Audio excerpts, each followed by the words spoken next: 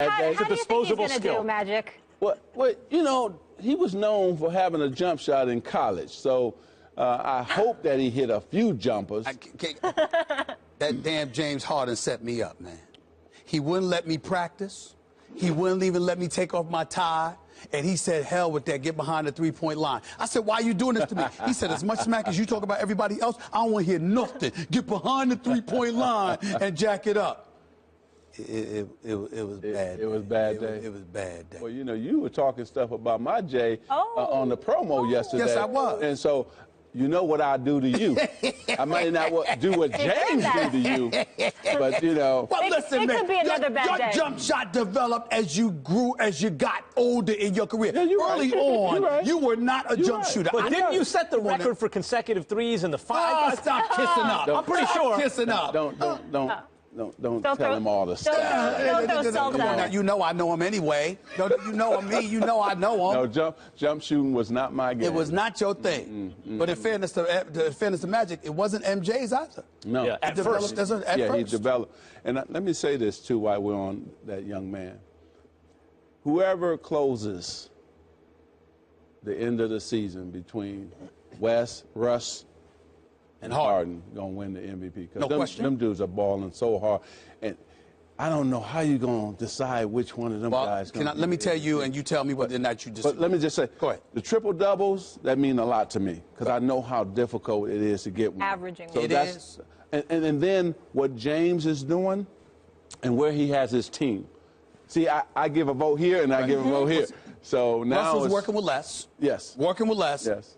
But I got to give credit where credit is due. And I know Max always says that James Harden is a beneficiary of D'Antoni. To some degree, yes. But James Harden was who he was before D'Antoni arrived. Let me squash this real fast.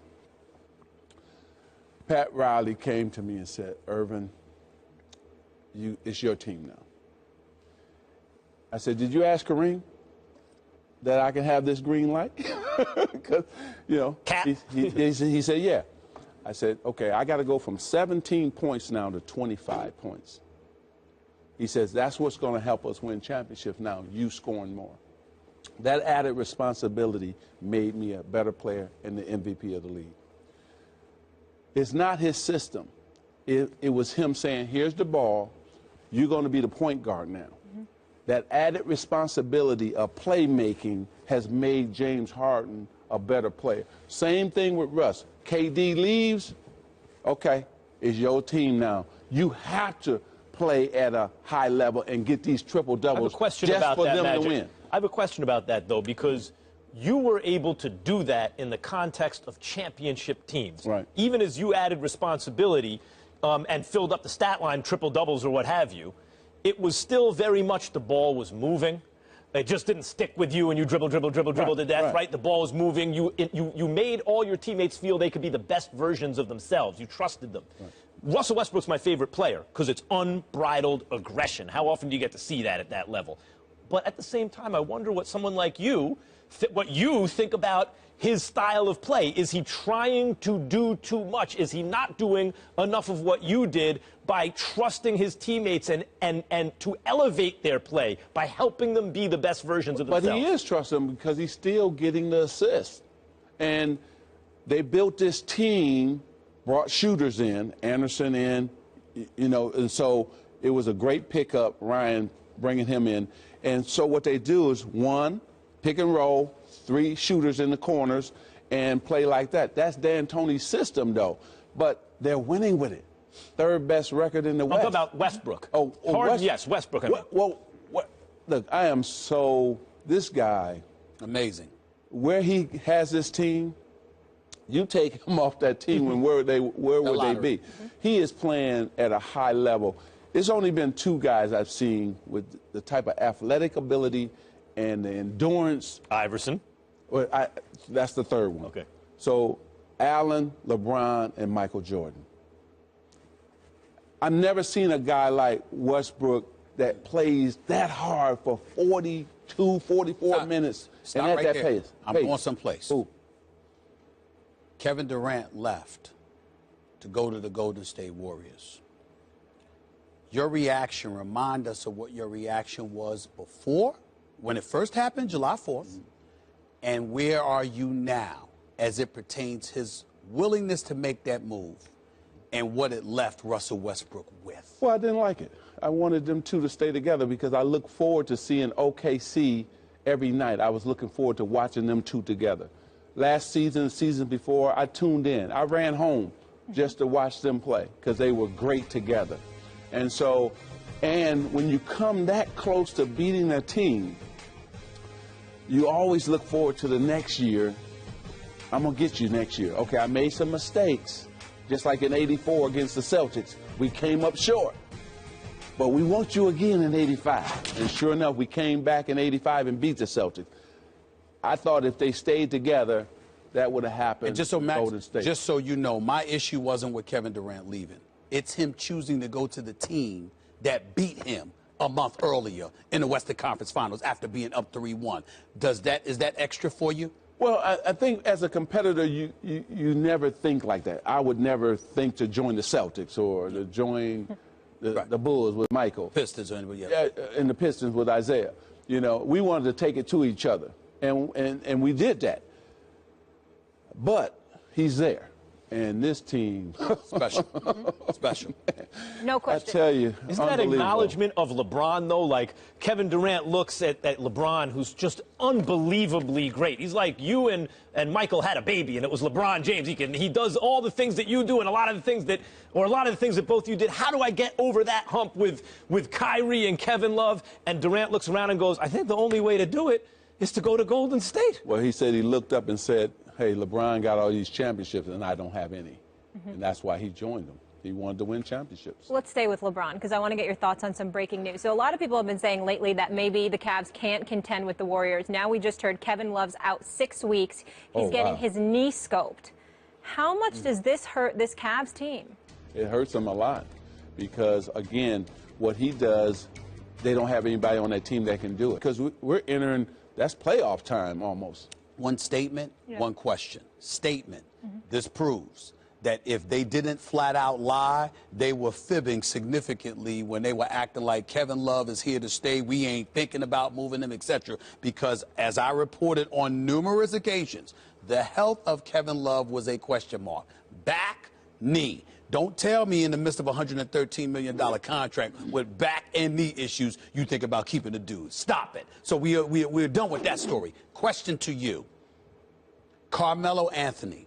Some people are of the mindset he would not have been a good addition for Kevin Love, meaning swapping those guys. I say, I don't want to hear about ball hogging. Carmelo Anthony, 6'8", 240, can play with his back to the basket, can hit you from threes, mid-range game, can score off the dribble, play breakdown. He can make things happen. And more importantly, who would his teammate be? It would be LeBron, and we'd see Melo's game elevated. To that, you say what? Oh, you're right. Well, Kevin Love lost all those games in Minnesota. What happened when he got to Cleveland? He was a champion. Kyrie Irving got better with LeBron, right? That's who LeBron is. He's a special player. He's a one-in-a-lifetime player. And so he makes everybody better, and also he holds everybody accountable, much like MJ used to do, Larry Bird used to do. And that's what it's all about. So Melo would have told the line. But the one thing you love about Melo, which a lot of teams don't have, is a guy to say in the fourth quarter there's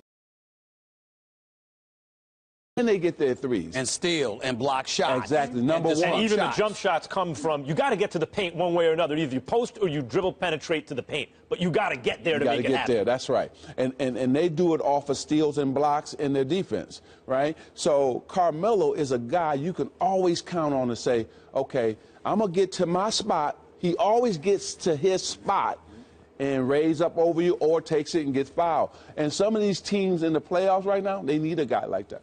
2 quick questions to end this. A, how do you feel, how hard should the Clippers go after Melo? I think they should go after him. And because, look, you got one more shot with these guys because they're all free agents at the end of the season, right? So you got to say, hey, let's go all in.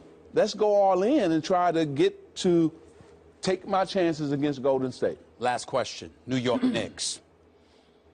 You had an opportunity to run the New York Knicks. That was a job you turned down. Evidently, very, very wise decision on your part. Could you explain to us what is wrong with this franchise? Why does it seem like Phil Jackson, an 11-time champion, is suddenly inept? And what can be done to change their fortunes around? Only thing I can see from the outside is that there's a lack of communication in private.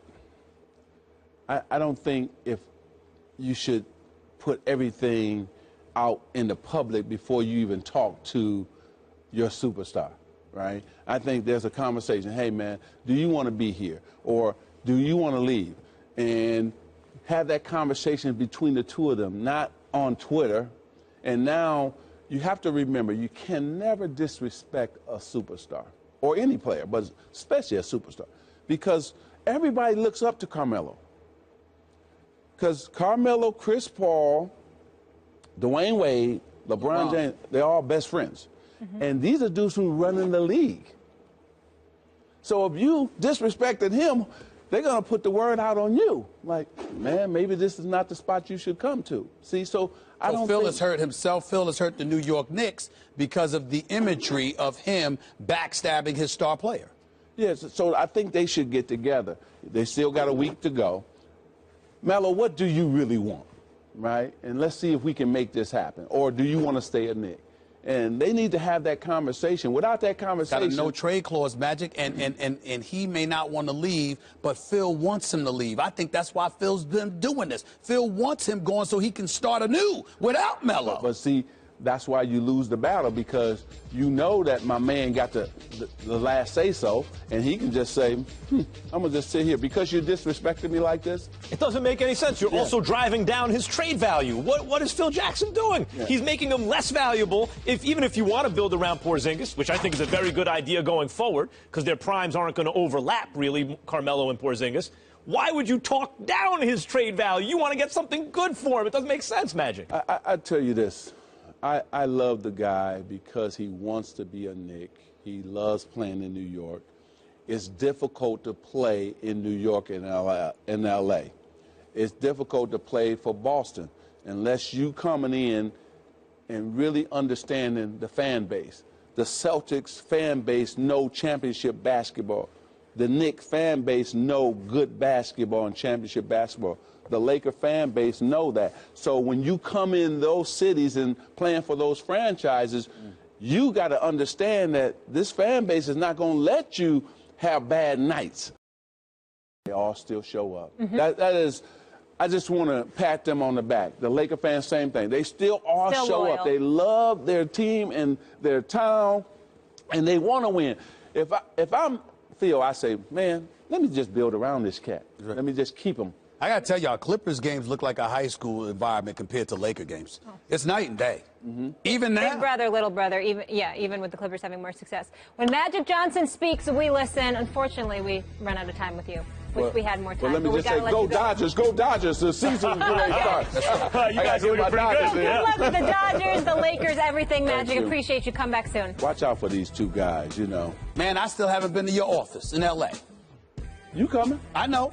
That's what I'm saying. We got to do that. I got to come by the office. You shoot jumpers with James and you do business with me. Love it. The office is courtside for the Lakers game. Coming up.